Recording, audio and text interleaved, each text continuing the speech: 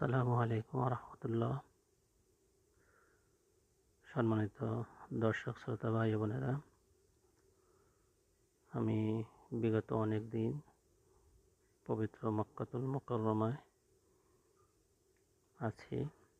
তো দেশের অনেক স্মৃতি মনে পড়ে। আসলে জন্মভূমির মায়া পূর্ব থেকে এসেছে। বিশ্বনবী হযরত মুহাম্মদ রাসূলুল্লাহ সাল্লাল্লাহু আলাইহি সাল্লাম, তারও মাতৃভূমির প্রতি অগাধ টান ছিল, যার জন্য কাফের মুশরিকরা নির্মমভাবে অত্যাচার করার পরও তিনি বারবার তাকিয়ে দেখতেন তার প্রিয় জন্মভূমির দিকে। তো অনেকদিন থাকায় মনটা ভালো না, এই জন্য একটু সফরে বের হয়েছি ঘুরতে। আশা করি সবাই ভালো থাকবেন। শীঘ্রই দেখা হচ্ছে।